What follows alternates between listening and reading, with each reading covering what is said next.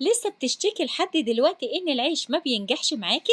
النهاردة هقولك على كل المشاكل اللي بتواجهك ونحلها، وهنعمل مع بعض العيش الشامي الصغنن بتاع الفول والفلافل بكل التكات والتفاصيل في قلب العجينة وطريقة التسوية، وإزاي يرتفع معاكي وما يكونش مبلط، والرقة اللي فوق تكون زي الرقة اللي تحت، وإزاي تعرفي إن اختمر معاكي.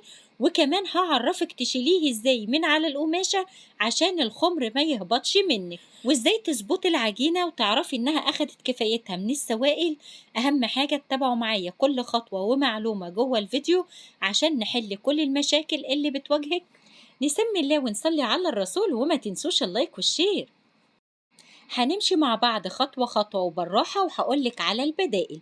أول حاجة هتجيبي كوباية من المية 250 ملي مية عادية من الحنفية لو احنا في فصل الصيف، لكن لو في فصل الشتاء هتدفي المية شوية. نحط عليه معلقة كبيرة من الخميرة الفورية ومعلقة كبيرة من السكر، نديهم تقليبة حلوة كده لحد السكر ما يدوب معانا. ولو انت مش متأكدة من تفاعل الخميرة بتاعتك، غطي الطبق وسيبيه على جنب لمدة 10 دقايق عشان تتأكدي ان الخميرة بتاعتك ان كانت متفاعلة او مش متفاعلة، عشان الوصفة ما تبص منك. لكن انا هشتغل على طول لاني متأكدة من تفاعل الخميرة بتاعتي. هاتيلي 4 كوبايات من الدقيق وزنهم 500 جرام، ونوعية الدقيق المستخدمة دقيق متعدد الأغراض اللي هو استخراج 72. هضيف عليه ربع معلقة صغيرة من الملح، ونديله تقليبة حلوة كده لحد الدقيق ما يتشرب بالسوائل. وانت بتلم العجينة في البداية لو احتاجت معاكي مية زوديها واحدة واحدة لحد ما تاخد كفايتها من السوائل. وأهم مرحلة بقى هي مرحلة العجن.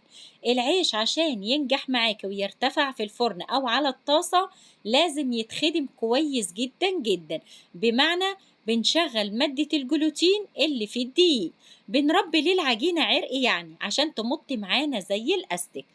لو حابة تستبدلي المية بالحليب اللي هو اللبن وتعجني بيه العيش مفيش أي مشكلة. عندك شوية لبن بودر وحابة تحطيه في العجينة، العيش هيطلع زي الفل.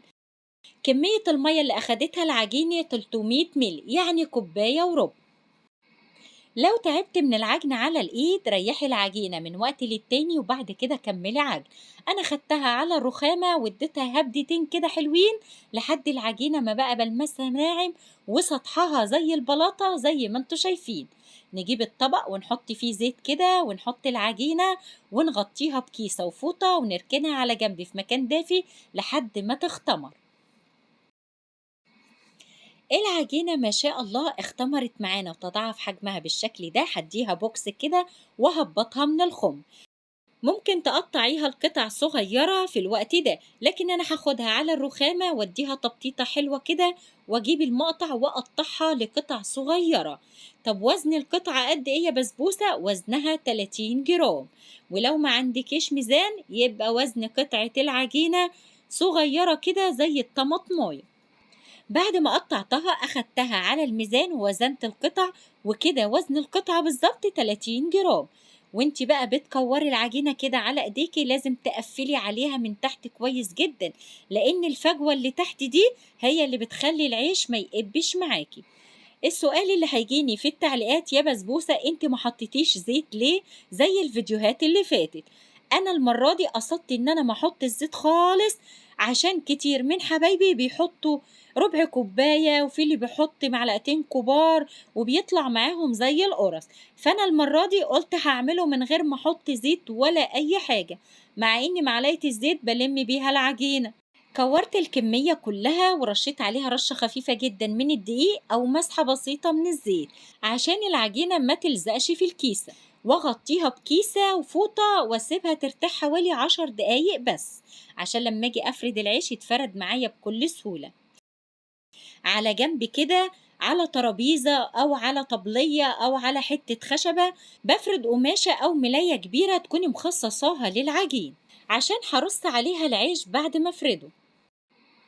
يا أمارات يا حلوين، لو لسه مكملين معايا الفيديو للآخر لأن لسه فيه معلومات وتكات مهمة، حطوا لايك للفيديو وشيروه مع كل حبايبكم واصحابكم. لما تيجي تفردي العيش افرديه على رشة دقيق تكون خفيفة جدا جدا. حاولي ما تكتريش من الدقيق عشان العيش ما يجيرش معاكي. يجير يعني ايه يا بسبوسة؟ لما بتيجي تسوي العيش بيكون عليه دقيق كتير فبيكون شكله مش حلو. وانت بتفردي الرغيف لا تفرديه رقيق قوي ولا تخين قوي. أنا بحاول أوريكي سمك الرغيف بالتصوير البطيء، لأن لو الرغيف رقيق قوي مش هيقب معاكي وهينشف، ولو تخين قوي هيغيب معاكي لحد ما يقب. وانتي بترصي العيش على القماشة سيبي مسافة ما بين كل رغيف ورغيف عشان لما يخمر ما يلزقش في بعضه. بعد ما نرص العيش بالشكل ده بتغطيه حلو قوي لو مفيش طبقة تانية، وبعد كده بتسيبيه في مكان دافي لحد ما يختمر. في فصل الصيف العجين بيختمر خلال نص ساعة، لكن لو في فصل الشتاء العجين بياخد وقت طويل، ممكن من ساعة لساعة ونص.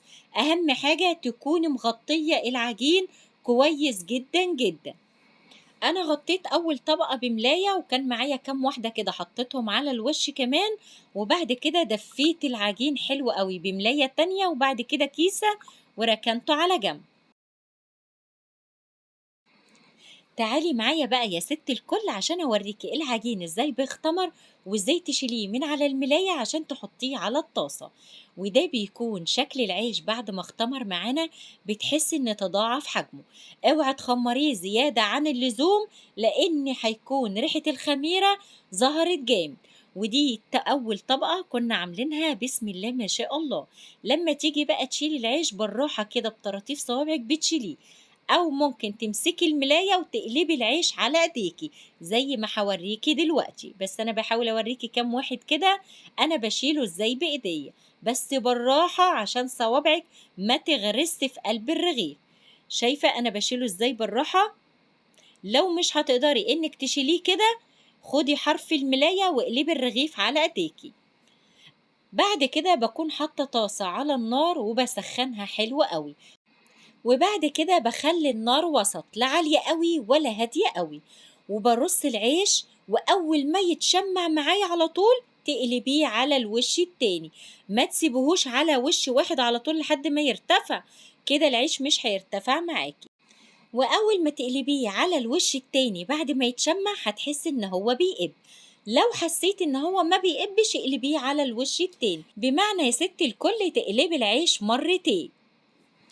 يا بسبوسة أنا كده مش فاهمة، حاولي توضحي لي إزاي مرتين. بصي يا قلبي، بعد ما نرص العيش على الطاسة بالشكل ده أول ما يتشمع معاكي اقلبيه على الوش التاني. تمام كده؟ العيش قب معاكي يبقى تمام مفيش مشكلة. لو حسيت ان هو ما بيقبش قوي اديني قلبته اهو على الوش التاني كمان، يبقى كده انا قلبته مرتين واخد معايا اللون الذهبي. لو حسيت ان هو ابيض ممكن تقلبي على الوش التاني لحد ما ياخد معاكي لون ذهبي. كده فهمتي يا قلبي؟ نعمل واحد كمان. حطيت العجينة بالشكل ده واول ما يتشمع بقلبه ادي اول وش معايا، بعد كده برجع اقلبه على الوش التاني كمان، يبقى كده مرتين والعيش بيرتفع معايا وزي الفل. والله والله والله ولا واحد صفطان معايا، كل العيش قب معايا لاني عجنته كويس وخمرته كويس، وطريقة التسوية زي ما انت شايفة كده. لما بخرجه من الطاسة بكون حاطة صينية جنبي او على الرخامة بفرش ملاية كده وبخرج العيش زي ما انتوا شايفين، لان لو حطيت العيش على الرخامة او على صينية على طول هيعرق مية ويبشنن وهيبقى زي العجينة. اكيد كده وضحت كل المعلومات والتفاصيل والخطوات ان كانت في التسوية او العجينة او طريقة الخبز، وكده ملكمش حجة وتقدروا تعملوا العيش على طول من غير لبن ولا زيت ولا اي حاجة، شوية مية ودقيق وعملنا العيش الشامي الصغنن بتاع الفول والفلافل في البيت، ومن نص كيلو دقيق بس طلع معايا الكمية اللي انتوا شايفينها دي. هتقولي لي يا بسبوسة النص كيلو دقيق هيطلع معاكي الكمية الكبيرة دي؟ لاني متأكدة ان هيجيني تعليقات ان الكمية دي كلها يا بسبوسة مش من نص كيلو دي. جربي ووزني وبعد كده اكتبي لي في التعليقات طلع ولا لا. وبسم الله ما شاء الله شايفين العيش طري جدا زي الملبن. طب يا بسبوسة طريقة حفظه عشان ما يبرولش معانا.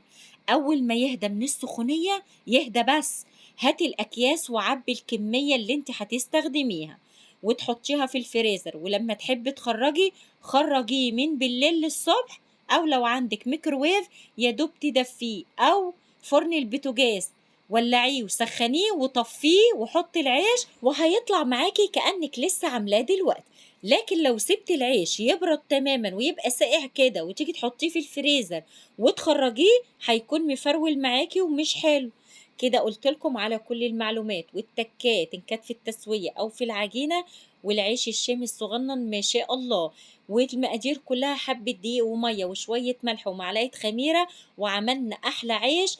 ولا تروحي تشتري من بتاع الفول والفلافل ولا من الأفران.